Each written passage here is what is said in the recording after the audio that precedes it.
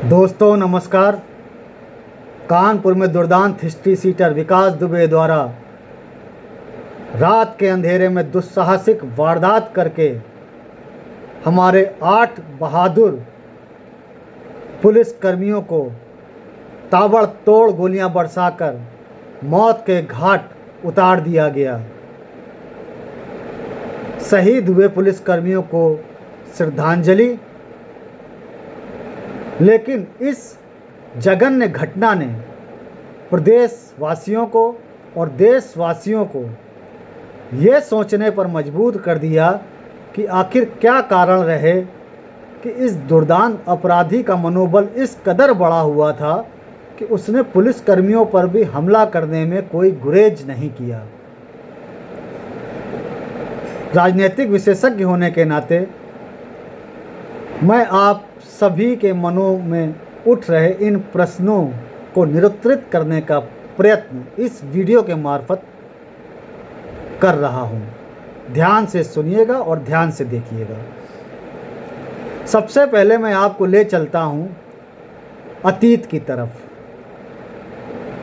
2001 अक्टूबर सिवली थाने के अंदर एक पंचायत 2 दबंग ग्रुपों में समझौता कराने को लेकर हो रही होती है। एक ग्रुप लल्लन का, दूसरा ग्रुप विकास का। लल्लन ग्रुप के ऊपर जो तत्कालीन राज्य मंत्री का दर्जा प्राप्त संतोष शुक्ला का वरदहस्त था। संतोष शुक्ला जब अपनी कार से सिवली थाने के भीतर पहुंचते हैं, इंस्पेक्टर के कक्ष में बैठते हैं, उसी दौरान विकास दुबे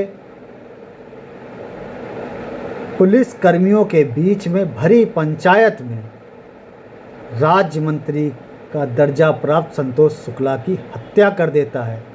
ना सिर्फ हत्या कर देता है बल्कि हत्या करने के बाद थाने से बहुत आराम से निकल भी जाता है और जो उस समय का थाना अध्यक्ष था वो छुपकर अपनी जान बचाने को मजबूर होता है। उसके बाद विकास दुबे का महिमा मंडन शुरू होता है। विकास दुबे के विकास दुबे बनने की कहानी शुरू होती है। संतोष शुक्ला के विरोधी गुट के लोग, भारतीय जनता पार्टी के भी उसमें कुछ लोग शामिल थे, वो विकास दुबे को संरक्षण देते हैं और भारतीय जनता पार्टी की सरकार में विकास दुबे उत्तर प्रदेश छोड़कर किसी और प्रदेश में पनाह ले लेता है और आराम से फरारी का समय काटता है। उसी दौरान उत्तर प्रदेश में बहुजन समाज पार्टी और भारतीय जनता पार्टी की मिलीजुली सरकार बनती है। सरकार बनने के बाद क्योंकि उस समय विकास दुबे का जो संपर्क था वो बहुजन समाज पार्टी में ज़बरदस्त था, उसकी पैठ यहाँ के नेताओं में ज़बरदस्त थी। उस पैठ का फ़ायदा उठाकर विकास दुबे उस समय के बहुजन समाज पार्टी के बड़े नेताओं में शुमार किए जाने वाले राजा रामपाल के साथ कचहरी में सरेंडर करता है। ना सिर्फ वो कानपुर कचहरी में सरेंडर करता है बल्कि वो सरेंडर में अपनी ताकत को, अपने प्रभाव को भी प्रदर्शित करने में कामयाब होता है। उसके सरेंडर में हजारों की भीड़ शामिल होती है जिसमें विभिन्न दलों के लोग और उनसे जुड़े हुए नेता भी शामिल थे। यहाँ से विकास दुबे अपने प्रभाव में ज़बरदस्त तरीके से वृद्धि करने में कामयाब होता है। उसका प्रभाव क्षेत्र, उसका ऑरा इस कदर बढ़ जाता है कि राज्य मंत्री की सरेआम हत्या में सारे गवाहों को होस्टाइल करने में वो कामयाब हो जाता है और राज्य मंत्री की हत्या से बरी होकर वापस अपने गांव विकरू पहुंच जाता है और वहां से अपनी वसूली, अपराध और जरायम की दुनिया को, साम्राज्य को और फैलाता है। राजनीतिक ताकतों और आपराधिक ताकतों के घाल मेल का जीता जाता उदाहरण विकास दुबे।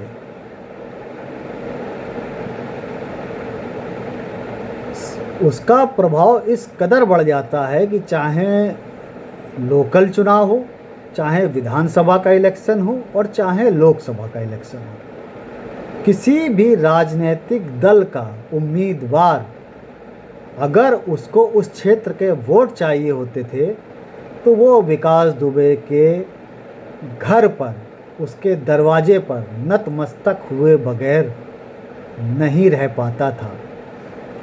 और जब बड़े बड़े राजनीतिक दलों के नेता उसके दरवाजे पर नतमस्तक होते थे तो ऐसे में पुलिस कर्मियों का मनोबल टूटना स्वाभाविक घटना थी। एक घटना का और जिक्र करना चाहता हूँ कि जिस लल्लन से उसका विरोध था, विकास दुबे ने जेल में रहने के दौरान उसके घर पर हमला कराया, सरेआम गोलियां बरसाईं, उसमें एक दो लोग हताहत भी हुए और विकास दुबे की बुलेट टीम, जी हाँ बुलेट टीम, यही नाम उसको मीडिया जगत में दिया जाता था उस समय, लल्लन को घर से उठा लाती है और उस समय का जो प्रशासन था वो विकास की बुलेट टीम पर हमला करके नहीं अपितु हाथ पैर जोड़कर लल्लन को छुड़ाने में कामयाब होता है। इससे विकास के रसूख का आपको अंदाज लगेगा।